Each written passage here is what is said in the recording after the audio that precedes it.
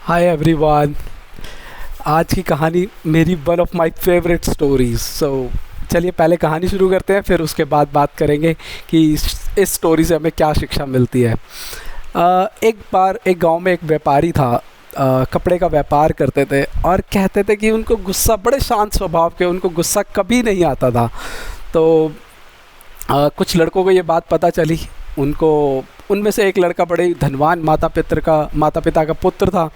उसको बड़ी शरारत सूझी। उसने कहा कि चलो देख के आते हैं कि उनको वाकई में ही गुस्सा आता भी है कि नहीं आता है।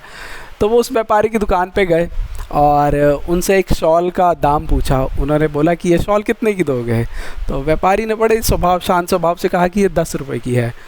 अब लड़के को शरारत सूझी। उसने क्या किया, उसने उस शॉल को आधा कर दिया, आधा काट दिया और उसने बोला कि मुझे पूरी शॉल नहीं चाहिए, मुझे आधी चाहिए, इसका क्या दाम लगाओगे? तो व्यापारी बड़े शांत स्वभाव से बोला कि ठीक है, 5 रुपये दे देना। तो और उसके बाद उसने फिर उस शॉल को आधा कर दिया। व्यापारी से फिर वही पूछा, व्यापारी ने फिर वही कहा, 2.5 रुपये दे देना। और वो ऐसे करते करते उसको एक छोटा सा टुकड़ा निकाल दिया और अंत में बोला कि ये टुकड़ा अब मेरे किसी काम का नहीं है। अब व्यापारी भी बड़े शांत स्वभाव के थे। उन्होंने कहा कि बेटा, अब ये तुम्हारे क्या, ये किसी के भी काम का नहीं है। अब उस लड़के को थोड़ी शर्म आई कि ये मैंने गलत किया और उसका अहंकार, कह लो उसका अहंकार जागा। उसने कहा कि देखो, मैं बहुत धनवान माता पिता का पुत्र हूँ, मैं आपको इस शॉल के पैसे दे सकता हूँ, मैं 10 रुपये दे सकता हूँ, मेरा कोई नुकसान नहीं होगा।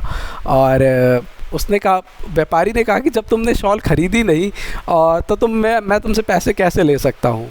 उसने बड़ा कहा कि नहीं, आपका तो नुकसान हो गया है, मैंने नुकसान किया है, मैं इसकी भरपाई कर सकता हूँ, मेरे को कोई दिक्कत नहीं है। तब तब व्यापारी ने उसे समझाया कि तुम इसका मूल्यांकन नहीं कर सकते बेटा। तुमने कहा तो उसने कहा कि ऐसा क्या, मैं इसका क्यों मूल्य नहीं चुका सकता?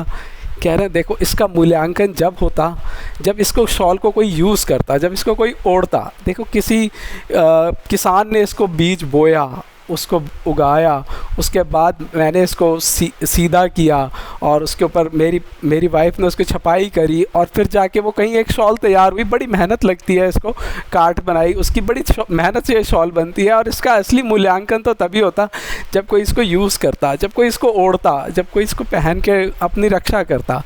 तो बड़ी शर्म आई उस लड़के को। उसने कहा कि, और कहते हैं कि अब इसका मूल्यांकन कैसे कर सकते हो आप? नहीं किया जा सकता। तो वो लड़के को बड़ी शर्म आई, उसका रो पड़ा वो बेचारा और व्यापारी के चरणों में गिर गया। उसको बोला कि ये शॉल तो दोबारा बनाई जा सकती है, लेकिन अगर मैं तुमसे पैसे ले लेता तो तुम्हारा चरित्र, जो तुम्हारा जीवन है, वो भी इस शॉल के टुकड़े की तरह हो जाता, वो भी बह जाता। लेकिन ये तुम्हारा पश्चाताप, इससे तुम्हारा जीवन सुधर सकता है। इससे तुम आगे का जीवन को, अपने अहंकार को छोड़ो, आगे के जीवन को सुधारो। तो लड़के को बात बहुत समझ आई। उसका पूरा जीवन चेंज हो गया और पूरे लाइफ बदल गई उस लड़के की। तो कहीं ना कहीं ये बात, जब ये कहानी पढ़ी, मैं आपको अपनी बताता हूँ कि जब मैंने ये कहानी पढ़ी तो मेरे को भी सोच बदल गई, मेरी सोच भी बदल गई। एक बहुत छोटा सा एग्जांपल देता हूँ। हम खाना खाते हैं, प्लेट में रोटी, दाल, चावल। क्या हमने कभी सोचा है कि उसका क्या मूल्यांकन किया जा सकता है?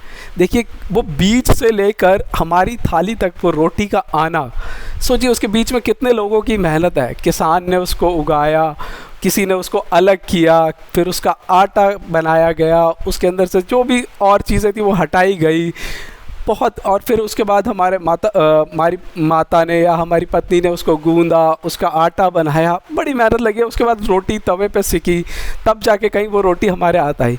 क्या हम उसका मूल्यांकन कर सकते हैं? बड़ा मुश्किल है मूल्यांकन करना, बहुत मुश्किल है। आप कभी विचार कीजिए कि हम कर सकते हैं? बहुत ही मुश्किल है। क्या हम अपने जीवन का मूल्यांकन कर सकते हैं इसी तरह से? बहुत ही मुश्किल है। हम अपने जीवन की वैल्यू भी नहीं लगा सकते हैं कि हमारी क्या वैल्यू है। पर एक चीज़ है जो आपके और मेरे बस में है, जो हम बहुत अच्छे से कर सकते हैं। सिर्फ़ और सिर्फ उस परमात्मा का धन्यवाद किया जा सकता है। इन सब चीज़ों के लिए उनका धन्यवाद ज़रूर कीजिएगा। आगे से जब भी आपके पास रोटी आए या जब भी आप सुबह उठें, आप अपने लिए उस परमपिता परमात्मा को कहिएगा बहुत बहुत धन्यवाद कि आज आपने हमें ये जीवन दिया, ये दिन देखने को दिया। और खाना खाने से पहले उस भगवान का धन्यवाद कीजिए और उन सब का धन्यवाद कीजिए। शायद हमें बहुत फल मिले इस चीज़ का। तो यही आज की स्टोरी की थी। बहुत वैल्यूज़ मिलती है हमें, अहंकार नहीं करना चाहिए, गुस्सा नहीं करना चाहिए, बट जो रियल लाइफ का लेसन था वो यही था कि हमें अपना वैल्यूज़ को संभाल के रखना चाहिए। the life should be with the values that we are using it right now. Okay, so stay happy। अगर स्टोरी अच्छी लगी हो तो प्लीज़ लाइक करिए, वीडियो को शेयर कीजिए, सब्सक्राइब कीजिए। stay happy, stay positive, bye।